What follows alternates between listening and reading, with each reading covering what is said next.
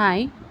நீங்கள் 15 to 20 days வரைக்கும் ஃப்ரிட்ஜில் ஸ்டோர் பண்ணி யூஸ் பண்ணிக்கிற மாதிரி ஒரு ஜிஞ்சர் கார்லிக் பேஸ்ட் பார்க்கலாம். நீங்கள் எந்த பிரியாணி இல்லை குருமா எதுக்கு யூஸ் பண்ணாலும் நீங்கள் ஈஸியாக அதை எடுத்து யூஸ் பண்ணிக்க முடியும்.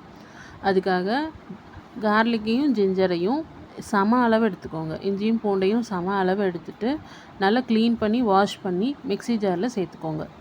இதில் 1/2 ஸ்பூன் நான் மஞ்சத்தூள் சேர்க்குறேன்.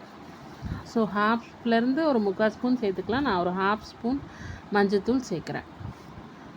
ஸோ அதுக்கப்புறம் நம்ம இதில் உப்பு சேர்க்கணும், கல்லுப்பு. ஸோ கல்லுப்பு பார்த்திங்கன்னா நான் ஒரு ஸ்பூன் அல்லது 1.5 ஸ்பூன் சேர்த்துக்கலாம். ஸோ ஏன் கல்லுப்பு சேர்க்குறோம் அப்படின்னா, அதை நம்ம ப்ரிசர்வ் பண்ண போகிறோம்ல, அதுக்காக. நீங்கள் இதை டிஷ்ஷில் சேர்க்கும்போது டிஷ்ஷோட உப்பு பார்த்து சேர்த்துக்கணும், ஏன்னா இதில் உப்பு இருக்கும். ஸோ இது நெக்ஸ்ட் நான் என்ன சேர்க்க போகிறேன் அப்படின்னா, ஆயில் சேர்க்கணும். ஆயில் நம்ம டோட்டலாக ஒரு 2 to 3 ஸ்பூன் சேர்த்துக்கலாம். ஸோ எந்த ஒரு ஸ்மெல்லுமே இல்லாத சன்ஃப்ளவர் ஆயில் நான் இப்போ சேர்க்குறேன். ஸோ நான் ஒரு 3 ஸ்பூன்ஸ் ஆஃப் ஆயில் சேர்க்குறேன். ஸோ சேர்த்துட்டு இப்போது நம்ம இது எல்லாத்தையுமே என்ன பண்ண போகிறோம் அப்படின்னா, நல்லா ஃபைன் பேஸ்ட்டாக அரைக்க போகிறோம்.